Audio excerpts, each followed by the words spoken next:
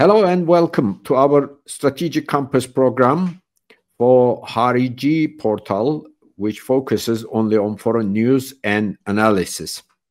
Today we are hosting Dmitri Trenin, professor and senior researcher at the Institute for World Military Economy and Strategy in Moscow. He used to be a military man. He served in the Russian military. He is quite knowledgeable about the political military affairs, and we are going to discuss with him the latest developments, particularly the escalation strategy by the Western world, in particular Team Biden, after they lost the critical presidential election. Mr. Trenin, welcome to our program. Thank you very much. The program. Thank you very much for inviting me. Well, that's our pleasure, and I'm certain it is going to be the pleasure of our viewers too. Now, let's start with the latest escalation. You know, that was actually initiated by the Team Biden after they lost the critical presidential election. And, you know, there is also speculation that until President Trump takes office, that it is quite likely that they may actually continue with this policy of provoking Russia. That is, you know, giving Ukraine the permission to use long-range missiles against Russian targets inside Russia proper. Now, let's start with your take on that first.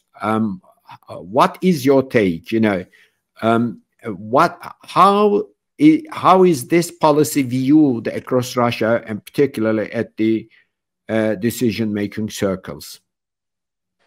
Well, first of all, this is viewed not as Ukraine having received permission from the United States and Britain to fire missiles into Russia, but rather as those two countries, the US and the UK, have actually performed that action. Basically, and this has been explained by Russian leaders and not contradicted by Western experts, Ukraine simply has no capacity to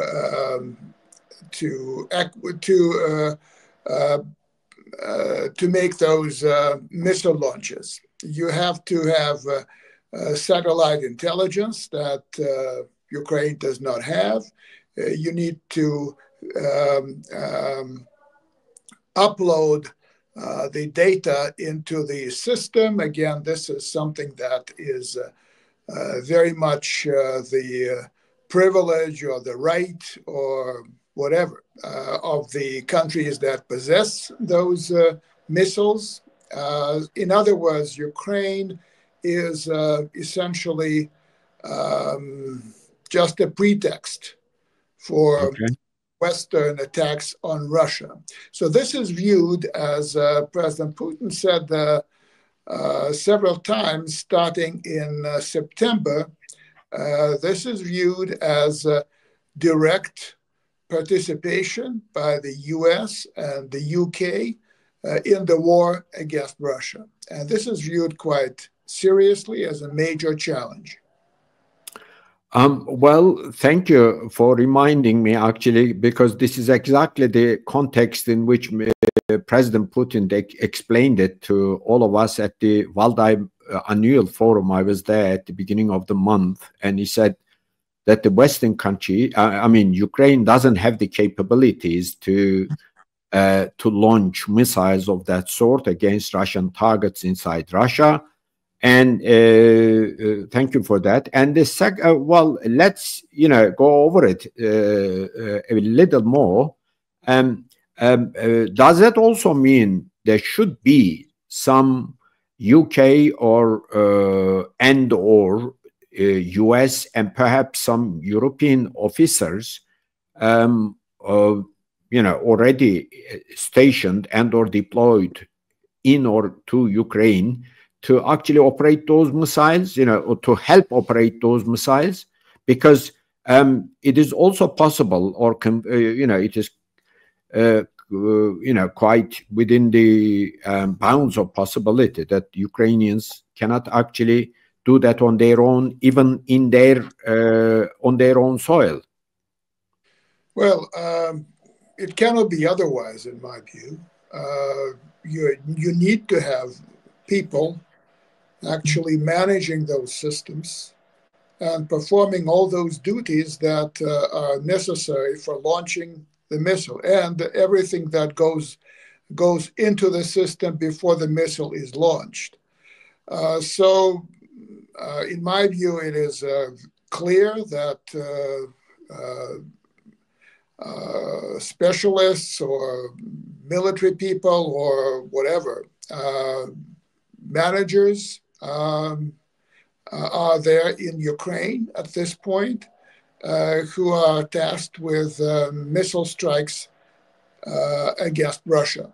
So that is not an issue that people here discuss, because the assumption is that you don't have troops in terms of regular formations from the US, the UK, and other Western countries in Ukraine, but you have teams of specialists, experts, military people, intelligence people, all sorts of people who, quote unquote, help Ukraine to do things. And very often, as in this case, they actually do the things, so to speak, on Ukraine's behalf. But this has been seen through very easily by the Russians watching those people operate those systems against Russian targets. Okay, well, let's move on to the Team Biden and their policy of escalation, because they somewhat refrained from further escalation with Russia in particular in the run-up to the elections. But now, as they lost it, it seems they are quite prepared to go all the way in the way of escalating the crisis. Now, here, for instance, the view in Turkey among the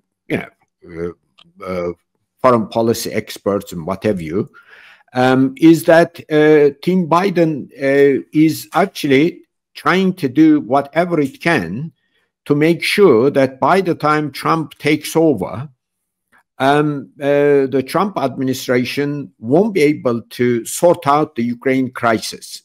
They are going to basically escalate further. Is it the way in which actually it is viewed in Russia too? Well, I would agree with your analysis. I think that they paused, the Biden team paused prior to the election because they were sensitive to the claims by candidate Trump that the Biden administration was on a path to a direct collision with Russia, a world war, nuclear use, and stuff like that. So they paused, they temporized for a period of time. And now that they unexpectedly for them lost the election, they are all in. They want to go all the way. And there are theories in Russia why they're doing it. One theory is that, as you implied in your analysis, they want to implicate Trump and his people into a policy that had been devised by Biden, carried out by Biden. So Trump will be stuck with the decisions made by his predecessor. This is one thing. Another thing is that, another theory is that these people view the desperate situation of Ukraine as potentially a major future accusation against them. Let's remember that it was on Biden's watch that the United States quit Afghanistan. And the Biden administration carries the blame for the way the exit from Afghanistan was actually exercised by the United States. So they don't want to be blamed for Ukraine's collapse. So they want to bolster Ukraine as much as they can so that Ukraine continues to offer resistance to Russia. And they don't care, this perhaps the macabre piece of that, they don't care how much this would cost to the Ukrainian people and to Ukraine as a nation.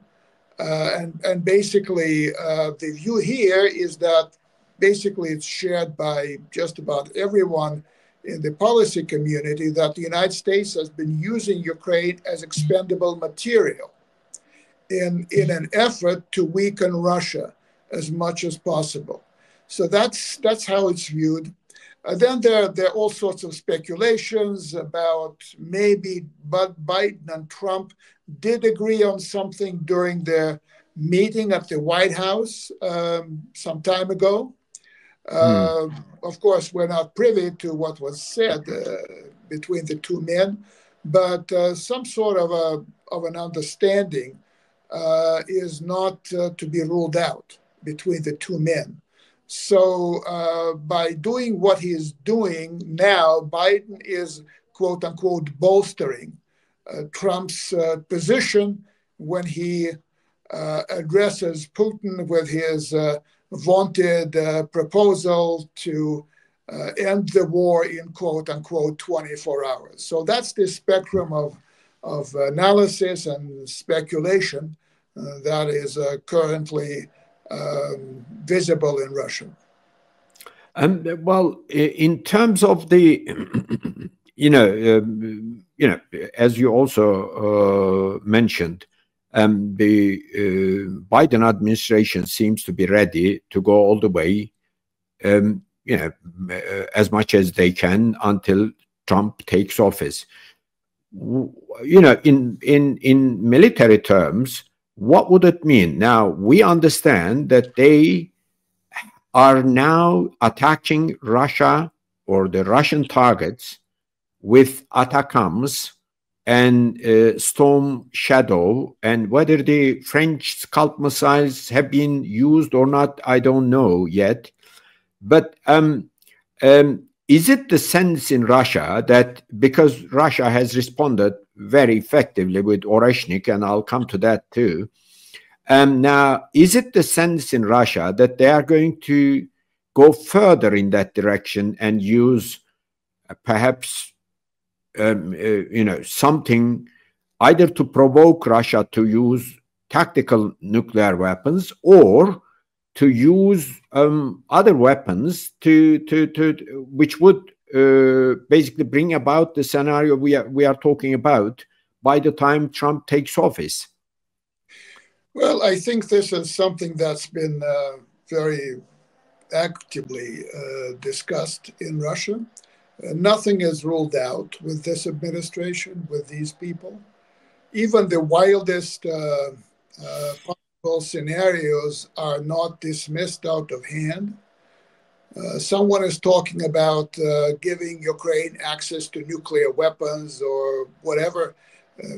People would have dismissed it outright some time ago. Today, they're saying, well, we do not rule out anything.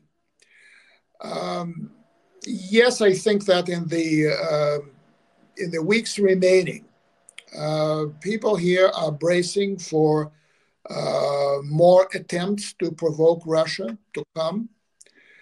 You are completely right, in my view, when you say that part of the strategy of the Biden administration is to provoke Russia, and actually of the Ukrainians, is actually to provoke Russia into doing something that would terrify the world, like using a tactical nuclear weapon against Ukraine. Russia is not buying that. Russia is not being provoked into doing stupid things. In fact, my analysis of the Russian strategy and tactics in this war is that Russia is way too restrained in responding to what it has been subjected to by the West or the Ukrainians, who are acting, of course, hand in glove with the West. Yes, people are bracing for that. It doesn't mean that people are panicking. The missiles that the United States and Britain have been using recently, those long-range systems, in fact, were used before. They were used before against Crimea. They were used before in other locations that Russia regards as its own.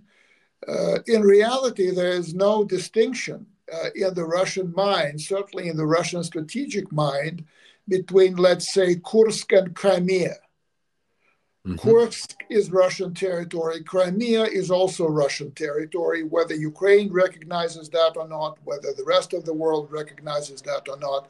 But in terms of the Russian constitution, that's Russian territory. There's a certain psychological difference, but that people here have been hardened by the war, by the 3 years of the war, and they do not panic easily.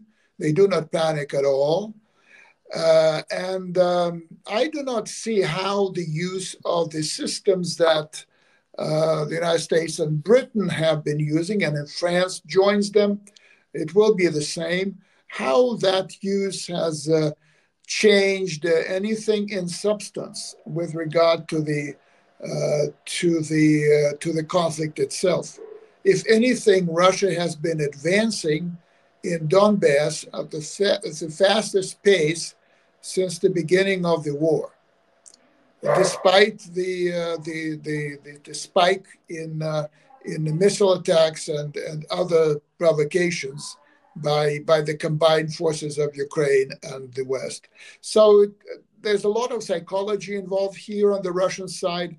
But if we look at the West, we see primarily political considerations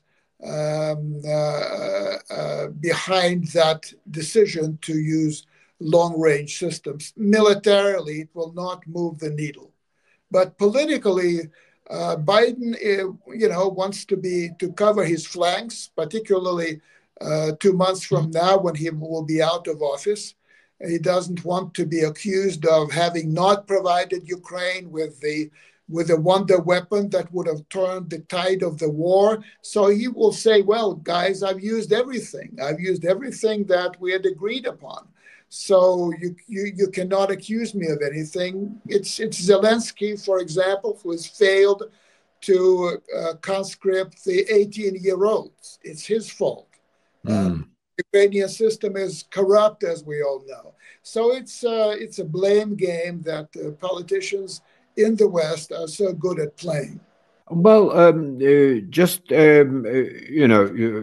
your analysis has actually given me food for thought about the actual battlefield in Ukraine. As you said, we keep reading reports about the Russian successes at the battlefield from one area to the other. It is certainly steady, and it seems to be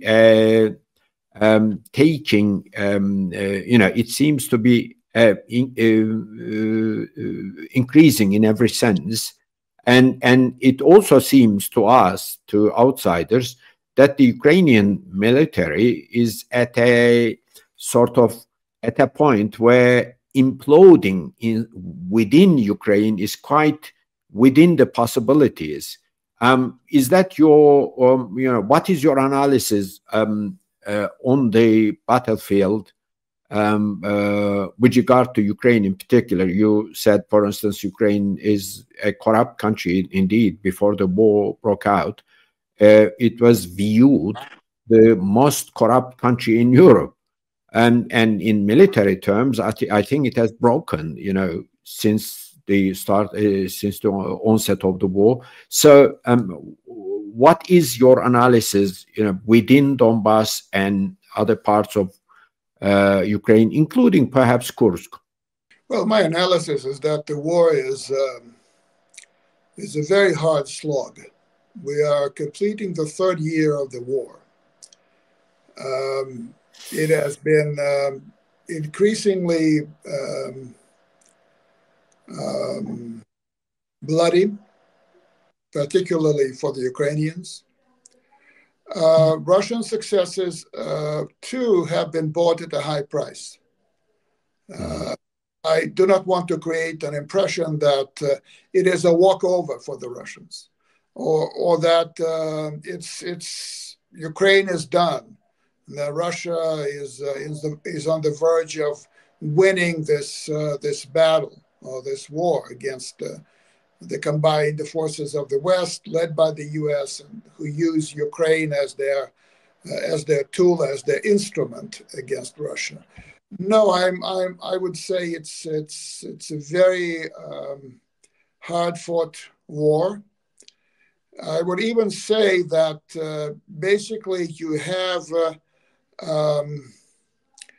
as someone said, on the Ukrainian side, you have essentially Russian or Russian-speaking privates, soldiers.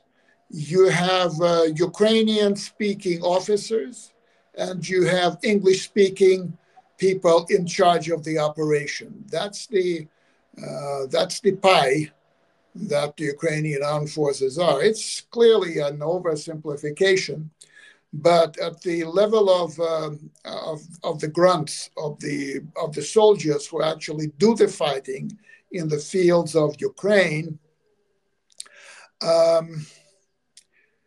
I sometimes have the impression that you have two Russian armies fighting against each other. When I listen to the interviews with Ukrainian soldiers captured during the war, many of them look and sound the same as the people who captured them. So basically you have Russian-speaking people with, let's say, Russian software in their heads, who, became an instrument of the ultra-nationalist, anti-Russian, Western Galician stock leadership in Kiev, supported by and actually controlled and directed by the US, the UK, and other countries in order to weaken Russia. So it is a difficult fight, and it will go on. There are very few people that I know who believe that Russian victory is around the corner. It is not. I think we will have to continue doing what we have been doing so far. But the thing is that without reaching all the major objectives of the quote-unquote special military operation, we'll be doomed to reopening this war again, or resuming the war after a period of time. Should just for the sake of argument, should there be a ceasefire right now, this will not mean the end of the war. It will mean a pause. It will mean a situation that will explode again a few weeks, a few months, or a few years after the ceasefire, let's say, has been agreed upon. We've been through that. Russia waited for 8 years after the first Minsk Accord, almost 8 years after the first Minsk Accord was signed. It waited for 7 years after the second Minsk Accord. But the Minsk Accord never actually meant peace.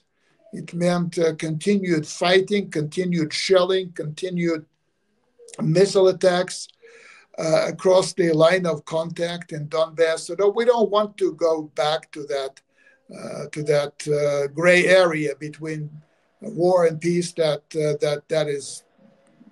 will bring us to another war. So the mission has to be completed. I'm sorry for this very long answer. Well, it's quite illuminating, actually. Particularly, this was also my feeling that it was a fratricidal war. As you said, it is almost the same people fighting against each other, formed into different armed units and led by perhaps different people. But, when it comes to ordinary people fighting ordinary people, when they get together face to face and talk to each other after captivity, then they look quite the same, And the other thing is that it is already, however much Russia has succeeded, it is a hard-won success, basically. It looks to all of us. Now, the other thing I'd like to ask you is, we keep talking about until Trump takes office. So what is your feeling that is going to happen after he takes office? He kept talking about bringing peace to Ukraine and Russia. As we all remember, he was on record saying that there would have been no war because he could have prevented it, he could have mediated. And if he was to be elected, then he would just make a few phone calls and to bring the war to an end. What is your take on that? What is he gonna do? What is he gonna try? Well, I think we can say that with some certainty that Trump will try to, quote unquote, solve the issue as one of his first orders of priority as president. He has already appointed a retired three-star general as his envoy to Ukraine and Russia. I think he will come up with some sort of a deal that would mean some sort of a ceasefire. After which he would propose holding negotiations and discussing all the issues that are on the table. It's easy to say, having watched President Putin many times, including today. He was just a few hours ago speaking at a press conference after a state visit to Kazakhstan and the regular summit meeting of the Collective Security Treaty Organization. He basically said that his conditions for starting negotiations have not changed since he formulated those conditions back in mid-June. And in mid-June, speaking at the foreign ministry in Moscow, Putin said that the first condition to be fulfilled would be Ukraine's recognition of the new geopolitical realities, by which Putin means the fact that the four oblasts of Ukraine, 2 oblasts in Donbass and 2 oblasts in what we call New Russia, Novorossiya, as well as Crimea, clearly, belong to Russia. So that's the first condition. The second condition is that Ukraine withdraws all its military forces from the parts of Donbass and New Russia that are still held by the Ukrainian military. So these conditions are pretty harsh. And there are some other conditions, but essentially this means, to call a spade, capitulation by Ukraine. I don't think that Putin would agree to a ceasefire on the terms that Trump is likely to propose. But the important thing is that Trump certainly wants to engage, which Biden didn't. And actually, the Americans under the Biden administration undermined the effort by Russia and actually by Ukraine to do a deal. And all those talks in Istanbul that led to the drafting and initialing of the treaty between, which is now obsolete clearly, but at that time very generous.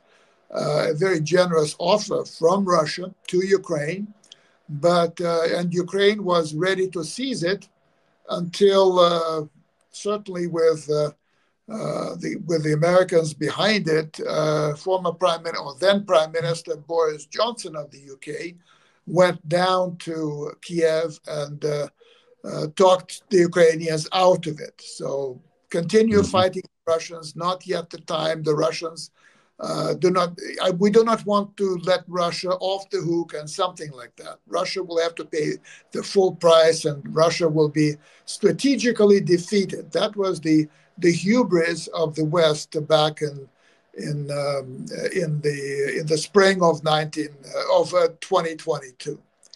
So Putin has his own conditions. If there's a dialogue between Trump and Putin, I hope it doesn't stop after the initial move by Trump and Putin's rejection of that move, of that proposal. And then Putin will come up with his own counter proposal built around the things that he's already formulated, like those conditions for starting negotiations. And then, of course, there's the Ukrainian factor, because of course, in Russia, officially, the Kremlin does not recognize Zelensky as president. They say that Zelensky's term expired in May, and he is no longer legitimate president. And as Putin said just today, following the orders of that former commander-in-chief could itself be a crime, addressing the Ukrainian military in his remarks in Kazakhstan. So that's all correct, but I think it would be wrong for us to completely ignore Ukraine and the agency that Ukraine has in all this. Would be wrong, and it would be counterproductive. Of course, the big issues will have to be discussed between Moscow and Washington. It's not all about Ukraine. It's also about security in Europe, and there were Russian proposals dated December 21, just 2 months before the start of the special military operation that contained Russian demands for restoring stability, strategic stability in that part of Europe, which were ignored, the proposals, which were ignored by NATO and the United States. So if the dialogue stops and and Trump follows in Biden's footsteps, if he continues to pile more and more arms on Ukraine and give it all the support, and marshaling the Europeans to give even more support to sustain Ukraine, that's one scenario. But another scenario could be that Trump engages further with President Putin, and they may come up with potentially. I'm not suggesting that there are any hopes of that, but just theoretically, they may come up with some sort of an agreement that would satisfy Russia's security needs while preserving, while being also face-saving for President Trump. Because I think it's important that that Trump can sell this deal, if there's going to be a deal, to the United States. I don't think that Trump's ideas about tearing Russia away from China or from Iran, let's say trading Ukraine for Iran or for China or anything like that, I don't think that Putin will be listening to those things. It's completely off the mark. And for Russia, relations both with China, which of course is a major neighbor for Russia, a strategically important partner, and Iran, which is another major country, big country, that lies not far from the Russian territory. These things are strategically important for Russia. And of course, there's zero trust in the United States and Russia. There's zero trust in the Biden administration. And Trump, again, people remember what Trump promised back in 2016, 2017, and what he delivered in the 4 years of his presidency, which sent the U.S.-Russia relationship to the lowest level since the days of Ronald Reagan, if not Dwight Eisenhower. So it's not going to be easy. It's not going to be quick. It's not guaranteed to succeed, but there may be a chance for an engagement and potentially for some sort of an accommodation that would at least stabilize somewhat the situation in Europe. Russia is certainly not going to invade NATO countries, try to restore the Soviet Empire, try to occupy the Baltic states, Poland, or you name it. It's all figments of malicious imagination in the West, and no intention of that in Russia. But this can be solved by Trump after a deal with Putin. He may say, I saved Europe from Putin, Otherwise, he would be, uncorking champagne in Berlin, if not in Paris. But I stopped him. I gave him Ukraine. I gave him the country that we don't really care about. And it's done what it's done for us, but let's not kid ourselves into believing that it is strategically important for the West. It's important for Putin, fine, he can have it. But NATO is stronger. The United States is stronger as a result. Europe is at peace. And, you can come up with any number of arguments to support on those lines. Well, I was actually going to ask about Europe, but you've already answered my question, because the Europeans appear to be out of order. The European strategic mindset is out of order. They think Putin is just about to basically invade and occupy their countries. And as you said, there's going to be a party starting with champagne in Berlin, if not in Paris, and all that, Although, for instance, I keep saying to the Europeans, well, look, Turkey is the largest country in Europe, and Russia is 20 times larger than Turkey. What would the Russians do? What would the Russians need all these territories for? They have it all already, much more than they would ever need.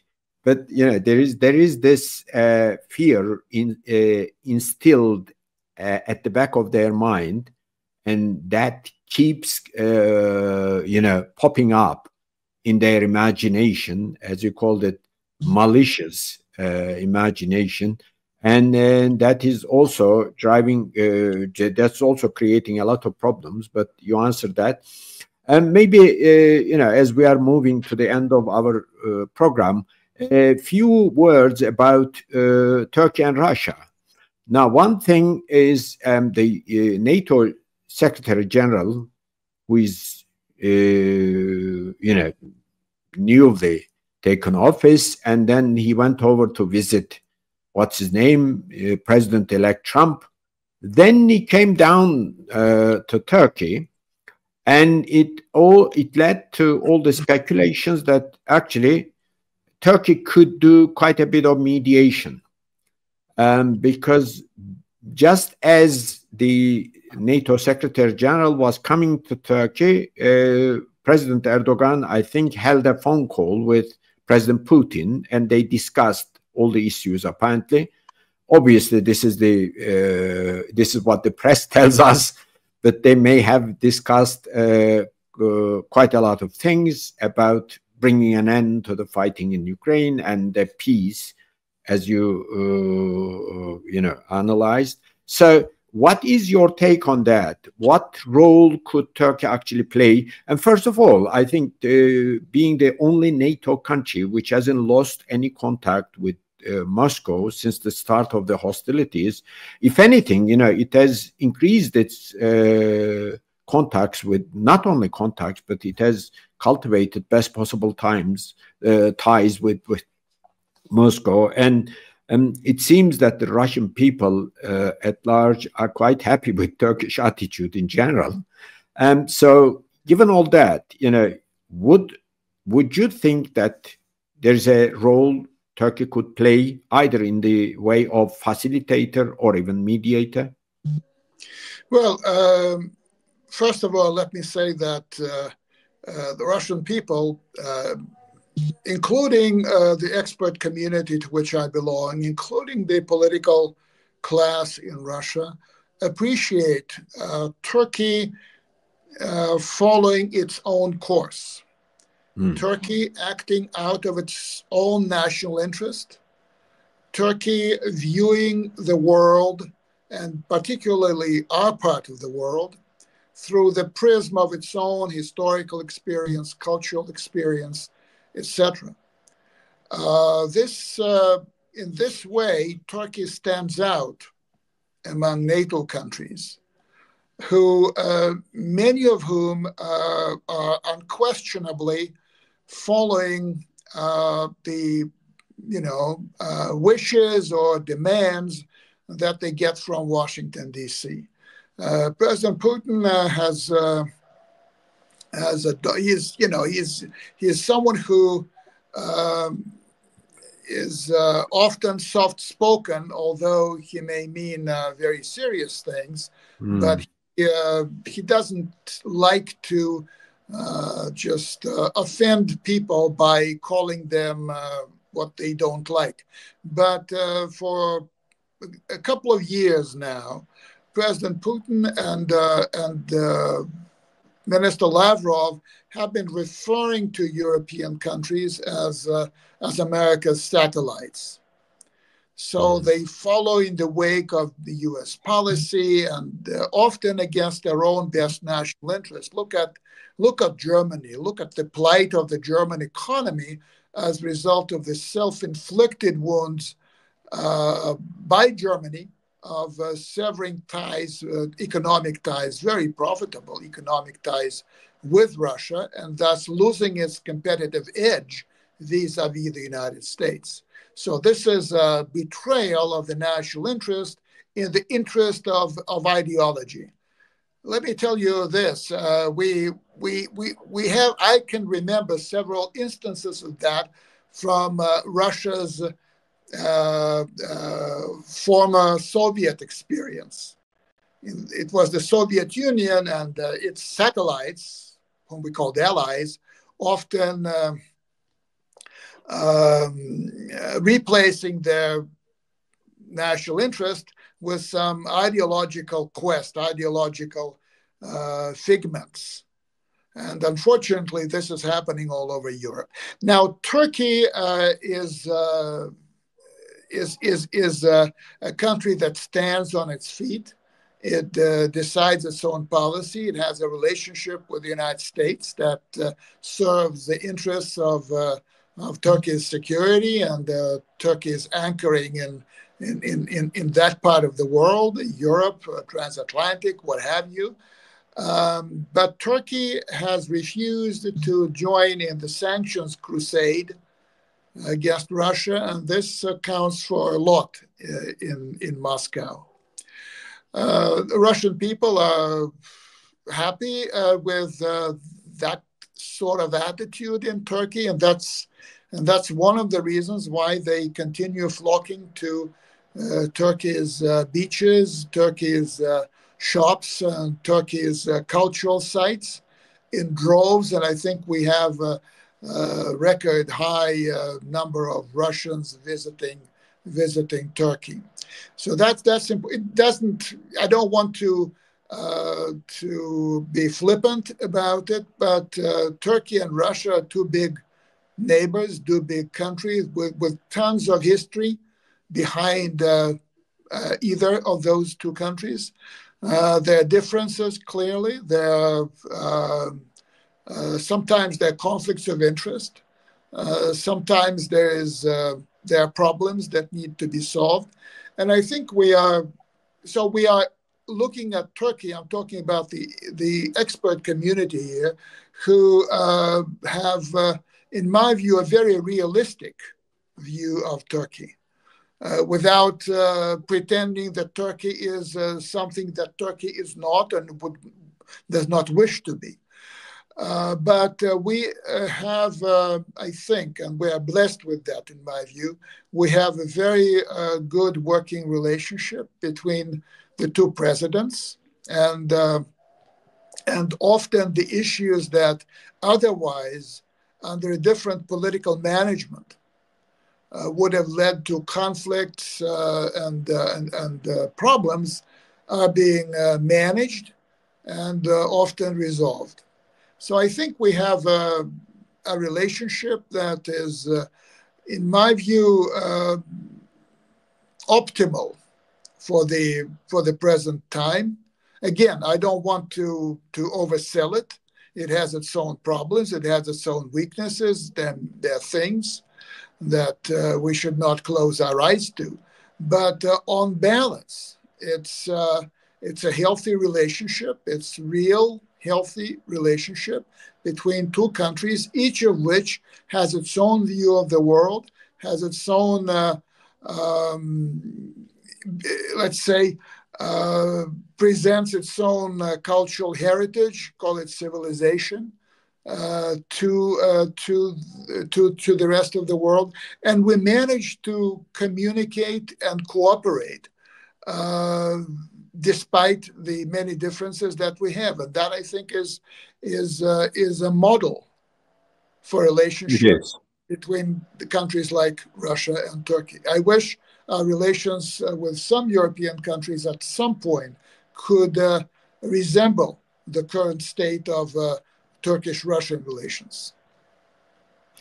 Well, Mr. Trenin, thank you very much. It's been a very fruitful interview. I'm sure our viewers will like it very much.